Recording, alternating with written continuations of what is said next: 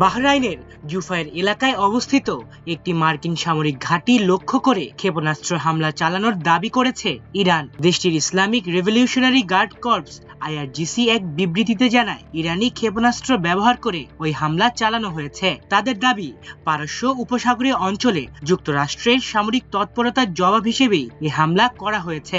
জুফায়েরের এই ঘাঁটিটি উপসাগরীয় অঞ্চলে যুক্তরাষ্ট্রের একটি গুরুত্বপূর্ণ নৌঘাঁটি, যেখানে মার্কিন নৌবাহিনীর বড় ধরনের সামরিক উপস্থিতি রয়েছে। IRGC বলছে, জুফায়ের ঘাঁটি থেকে পরিচালিত আগ্রাসী কার্যক্রমের প্রতিক্রিয়ায় এই হামলা চালানো হয়েছে।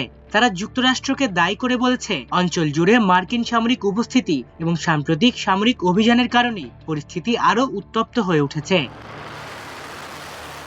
এদিকে ইরানের প্রেসিডেন্ট মাসুদ পেজেশকিয়ান বলেছেন, প্রতিবেশী দেশগুলো থেকে কোনো হামলা না হলে তাদের আর লক্ষ্যবস্তু করা হবে না। তিনি জানান, ইরানের অন্তর্বর্তী নেতৃত্ব পরিষদ প্রতিবেশী দেশগুলোর ওপর হামলা বন্ধের সিদ্ধান্ত অনুমোদন করেছে। সাম্প্রতিক হামলার কারণে ক্ষতিগ্রস্ত দেশগুলোর কাছে তিনি দুঃখ প্রকাশ করেছেন।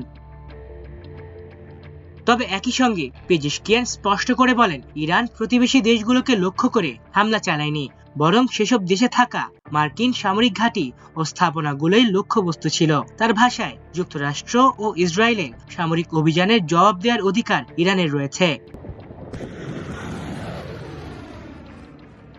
ডোনাল্ড ট্রাম্প সামাজিক যোগাযোগ মাধ্যমে হুঁশিয়ারি দিয়ে বলেছেন, ইরানকে খুব কঠোরভাবে আঘাত করা হবে। তিনি দাবি করেন, 3 দিনের মধ্যে যুক্তরাষ্ট্র ইরানের 42টি যুদ্ধজাহাজ ধ্বংস করেছে। তবে ইরানের সামরিক বাহিনীর এক মুখপাত্র পাল্টা হুঁশিয়ারি দিয়ে বলেন, উপসাগরে প্রবেশ করা শত্রু জাহাজের শেষ পরিণতি হবে সমুদ্রের তলায়।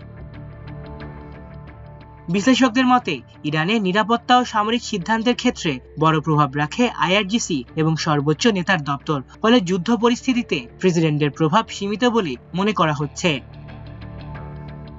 চলমান সংঘাতের কারণে উপসাগরীয় অঞ্চলের বেশ কয়েকটি দেশও ঝুঁকির মুখে পড়েছে। সৌদি আরব, কাতার, সংযুক্ত আরব আমিরাত, কুয়েত, বাহরাইন ও ওমান সহ কয়েকটি দেশে যুক্তরাষ্ট্রের সামরিক ঘাঁটি থাকায় সেগুলো উত্তেজনার কেন্দ্র হয়ে উঠেছে। এর ফলে অঞ্চল জুড়ে বিমান চলাচল ব্যাহত হচ্ছে এবং তেল গ্যাস উৎপাদন ও সরবরাহেও প্রভাব পড়ার আশঙ্কা তৈরি হয়েছে। আলিফ চৌধুরী, আমার দেশ।